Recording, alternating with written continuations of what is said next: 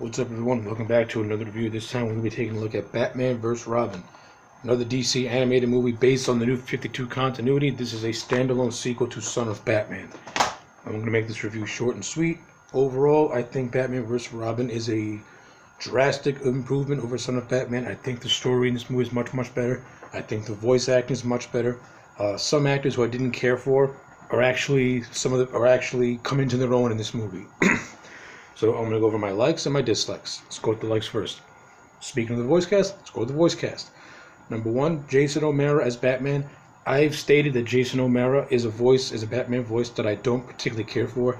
I never said he does a bad job. He just doesn't have any emotional range. He's just very stock. In this movie, I think he brought his A game. I think Jason O'Mara really came into his own as the voice of Batman, and he has a lot of scenes where I think he sells it beautifully. He does really good selling with his emotions. The opening prologue scene where he saves a little girl from captivity, I like that scene a lot. I think his voice is great. A lot of the scenes involving Robin being manipulated by the villain Talon, you can really feel the anger in his voice. So yeah, I think Jason O'Mara really comes into his own as Batman in this movie. Really good job. Stuart Allen. I didn't like Stuart Allen, Son of Batman. I still don't like him as the voice actor. His voice is still too whiny. It's not as whiny, but he's still annoying. But, I think his character was okay written. I like the whole idea of him being torn between Batman and Talon. And it kind of plays into the fact that he does not know who he is as a person because he has so many different voices playing in his head. He wants to do right by his father, but at the same time, he wants to join up with Talon and do what he really wants to do. So I like how that plays out throughout the course of the film. It's like Damian is torn between two worlds and doesn't know who he is in the middle of it. I think the movie did an okay job at establishing that little plot point. Jeremy Sistow is the voice of Talon, the villain who is a part of the Court of Owls. This movie is loosely based on the Court of Owls. I never read the Court of Owls books. From what I read, from watching this and hearing reviews about Court of Owls, this movie really loosely adaptates that entire story arc. But Talon is the villain, voiced by Jeremy Sistow, and I like Jeremy Sistow's voice of Talon. He gives him a very cold, sinister edge, but at the same time, he also gives him a lot of personality as well. I really like the scene where Talon tells Damian the story about his father being a jewel thief and how he looked up to his father, but he can never ever please his father. It's kind of like it's a nice little parallel to Damian and his stuff with Batman. So I like how Talon was able to relate to Damian and his further manipulation of him. And I also like Talon as a character in general. I like the look of him. I like how he moves. He moves like an owl, which is pretty cool. And he's very ferocious, very vicious. I like it a lot. Which ties into the prologue, which I'm going to get to right now. Weird Al Yankovic in this movie. He voices Dollmaker, and Weird Al Yankovic gives Dollmaker a very creepy voice, and it's actually quite good. I really wish they didn't kill the Dollmaker off. I wish, but the Dollmaker's death is what sets up this chain of events, because it's actually Talon who kills the Dollmaker by ripping out his heart, and this gets the ball rolling with Talon and Damian, and Talon wanting Damian to be like him and stuff like that. So yeah, Dollmaker's character kind of plays a role in this thing, as you will. But as opposed to Dollmaker being voiced by Weird Al Yankovic, Weird Al does a really good job of making Dollmaker sound just skin-crawlingly creepy with his voice and just the way the personality he gives him, the dialogue he says, and how he makes it just sound very sinister. Good job, Mr. Weird Al Yankovic. Very good job. And like I said, this movie also has some pretty good character relationships. I already told you that the triangle relationship between Batman, Talon, and Robin, that stuff is what I like, and that's the stuff that leads to Batman and Robin finally coming to blows later on in the movie. But you also got other stuff that I like. The sibling rivalry that was starting off in Son of Batman with Dick Grayson and Damian Wayne is further expanded upon in this movie. I don't know what it is. I like it. It's the jealous little brother going up against the wiser older brother, and I like how it plays out. I really do like it a lot. I also like the scenes where Bruce is trying to bond with Damian, but Damian continues to every time Damian every time Damian lets Bruce in, he will just quickly shut him out again. So I like the constant back and forth about how Bruce is trying, but Damian is kind of sort of not trying at the same time. It's like he still hasn't got that respect for his father yet. And there's this actually pretty good scene where Bruce, after getting his ass kicked, is talking to Nightwing, and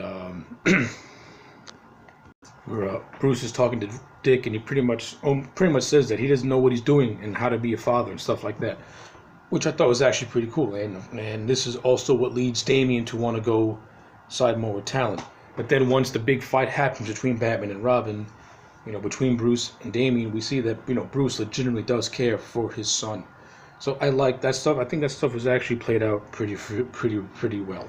Speaking of the action sequences, the actual Batman vs. Robin fight, it's a fun fight, and you have some other good fights sprinkled throughout. Like I said, the prologue with the Dollmaker, I think, is really creepy and very horror movie-esque. It's good stuff.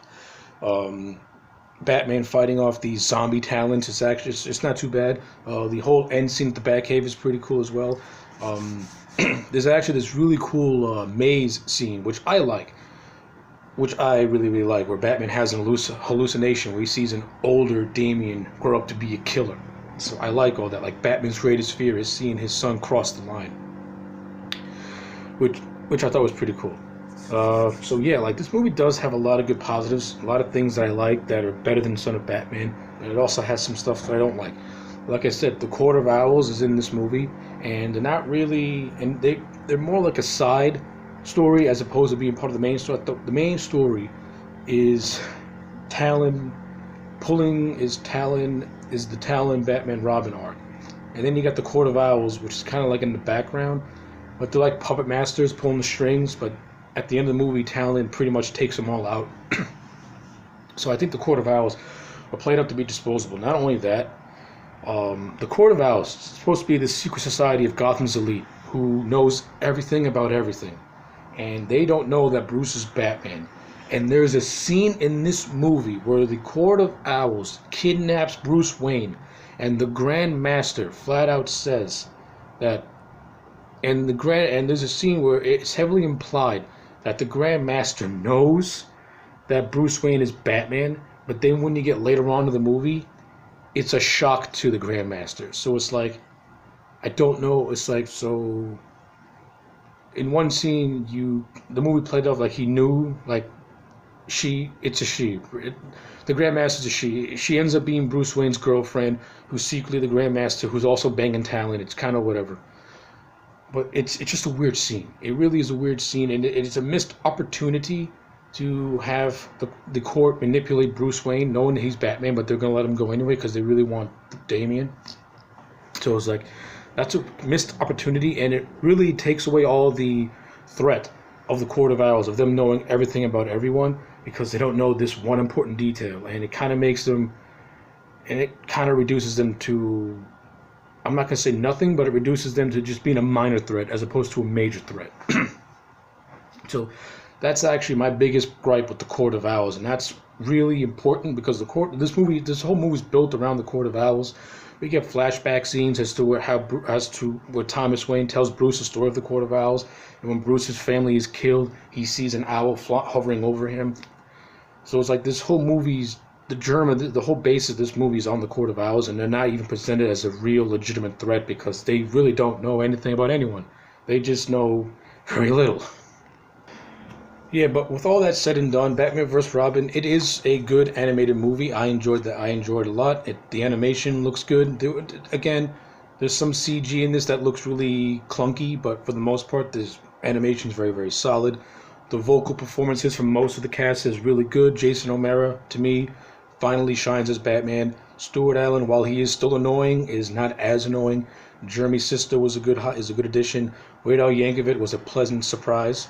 And, Sean Muir was good as Nightwing. David McCullum has that snarky attitude as Alfred. I like the flashback scenes that tie into the main story. So yeah, at the end of the day, Batman vs. Robin to me gets a solid 8 out of 10. It is much better than Son of Batman. It's a better watch. It's paced better. The animation's better. And I overall thoroughly enjoyed this thing. So if you like Batman vs. Robin, Let me know in the comments sections below. Do you like it? Do you hate it? I would like to know. Subscribe to this video, and I'll check you back next time for more.